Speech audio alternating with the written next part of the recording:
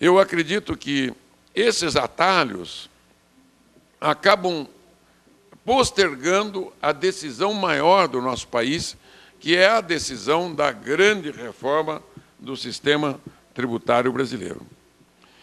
A reforma tributária que nós falamos, ela tem que ser realizada porque, da maneira que nós mantemos a estrutura, mantemos a iniquidade, o manicômio tributário, o contencioso administrativo, contencioso judicial, que, segundo um debate que eu participei alguns anos atrás, em Foz do Iguaçu, com um juiz federal, eu debati com ele, são 16 anos a tramitação de uma execução fiscal na justiça brasileira.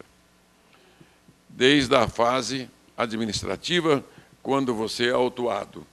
Então, veja, mais da metade dos processos do judiciário estadual e federal estão tomados pelas ações tributárias. É algo incompreensível. Se você faz uma modificação tributária no país, você pode resolver muitas questões, como é o caso aqui dos oligopólios, dos monopólios, dos cartéis, das grandes empresas. Elas já fizeram o seu super benesse, ou super benefício.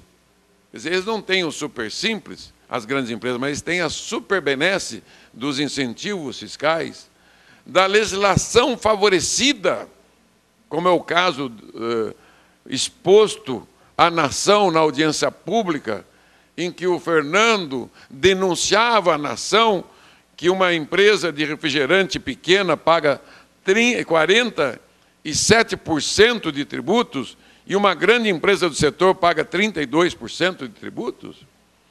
Essa reforma simplificadora já foi feita para esta empresa, favorecendo o falecimento de milhares de empresas no país.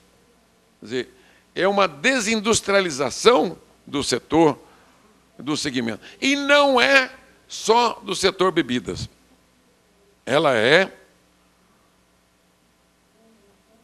de todos os setores da economia, porque os estados continuam dando incentivo fiscal. O governo federal, neste ano de 2010, do nascimento de Nosso Senhor Jesus Cristo, o Brasil tem 111 bilhões de incentivos fiscais, de renúncia fiscal, como a nova legislação da Lei de Responsabilidade Fiscal obriga, é publicado no site da Receita Federal, sendo que de 111 bilhões de renúncia federal, 29 da microempresa.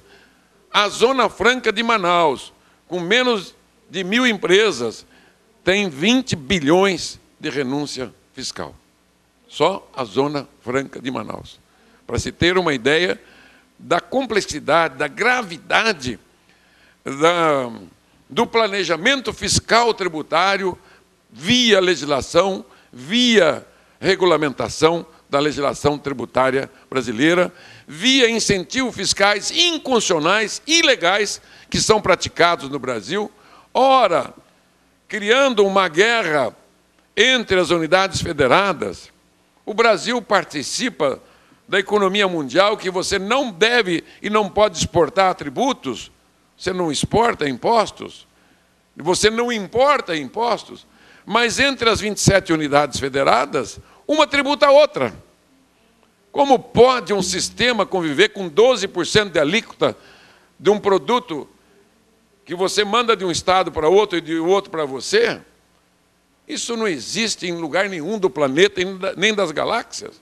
Não tem como dar certo. Isso é uma estupidez. Isso é uma desfaçatez.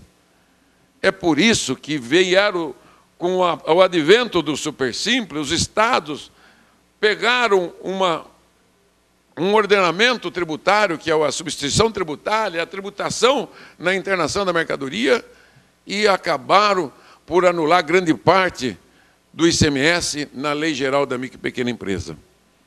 Porque é tão forte, tão poderoso os fiscos. Quando o doutor Marins fala da discussão do Congresso há uma inteligência no Congresso, há uma representatividade forte, mas o presidencialismo brasileiro ele é imperial. Não pensa que era Dom Pedro I, Dom Pedro II, que os presidentes não mandavam, mandam e até hoje. O poderio que tem o presidencialismo brasileiro, os governadores e prefeitos, ele vem da formação imperial. O judiciário e o legislativo são apêndice desse superpoder republicano brasileiro, que também é diferenciado. Nós não somos iguais aos Estados Unidos. O presidencialismo americano, o parlamento e o judiciário são tão fortes quanto o executivo. São equivalentes, são harmônicos, são independentes, como já anunciava Montesquieu. Aqui não. Aqui o executivo estadual domina a Assembleia. E, sucessivamente, o executivo nacional domina o parlamento, domina o judiciário. A começar pela nomeação dos ministros da Suprema Corte. Então, a nossa democracia ainda é incipiente, porque carece de divisão de poderes, de responsabilidades, onde quem pode mais chora menos, busca o incentivo fiscal, busca o seu interesse. O crédito subsidiado do BNDES não vai para a micro e pequena empresa, mesmo colocando na lei como eu coloquei. Os incentivos da lei de ciência e tecnologia não vão para a micro e pequena empresa, como coloquei na lei. Eles ficam nas mãos das grandes empresas, que pegam o dinheiro do trabalhador, o FAT, e é emprestado via BNDES, que pega o dinheiro do trabalhador, que é o FGTS, e empresta na Caixa Econômica para saneamento, habitação, e o trabalhador tem a remuneração menor do que a inflação, sendo que a taxa Selic, ela tem uma remuneração 5 vezes maior do que a da Fundo de Garantia. Então, doutor Marins, entre aqui 3 aspectos.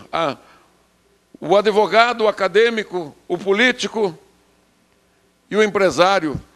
Aqui estudantes, aqui empresários, aqui representação dentro desta universidade, onde o saber, o livre pensamento, que é manifesto a todos quanto aqueles que têm interesse. Dizendo, por que o Brasil não tem um sistema de imposição tributária simples? Não precisaria de super simples, não precisaria de lucro presumido, não precisaria de MEI, bastasse que a tributação do imposto de renda fosse progressiva, né, de acordo com a renda auferida, a cada percentual da renda auferida, da renda per capita, uma tributação adicional, até um limite não exagerado, para que também não haja fugas de intelectos e de profissionais habilitados, um imposto que substitua essa anarquia do imposto de consumo ISS, ICMS, IPI, PIS, COFINS e IOF, que é que nem jabuticaba, só tem no Brasil. Agora mesmo, a última trapaça do governo, que está tributando em 6% o IOF dos estrangeiros, ele que tirou o imposto de renda do lucro dos estrangeiros nos títulos brasileiros, que são os mais altos do mundo, 10,75%, tirou o imposto de renda, que 47% do imposto de renda pertence aos estados e municípios, não pertence à União. O que ele fez? Na hora de voltar com o imposto de renda, ele voltou com um imposto que é só dele. Mais um tunguete, para poder abastecer a banca nacional, que ofere mais de 170 bilhões por ano de juros, 10% são estrangeiros, já no mercado de títulos brasileiros, e sem imposto de renda. Agora, porque o dólar está muito baixo, está desindustrializando, quem é que não sabe na economia que o dólar baixo mata a indústria, mata a agricultura? Já matou. Não é que mata, já matou.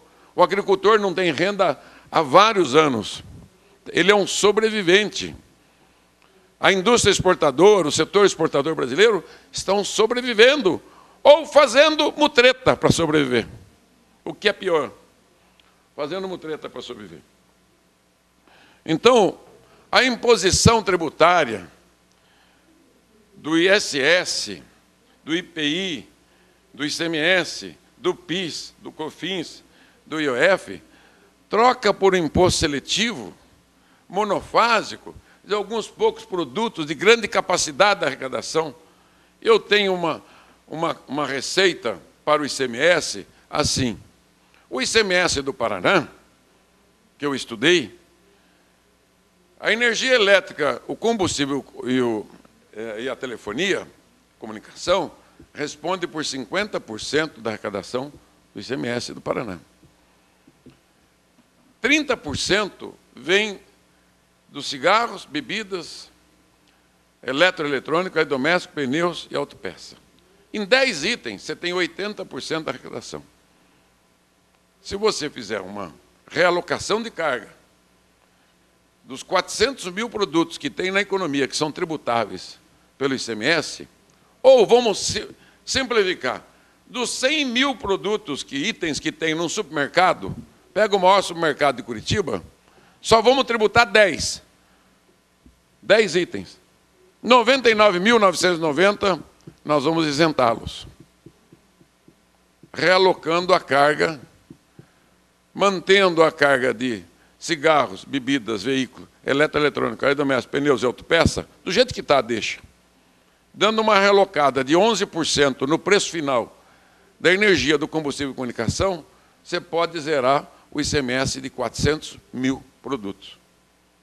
Se você trabalhar com a condicionante do imposto de renda, progressivo, nacional, você pode diminuir até essas alíquotas desses 10 itens. É uma reengenharia tributária.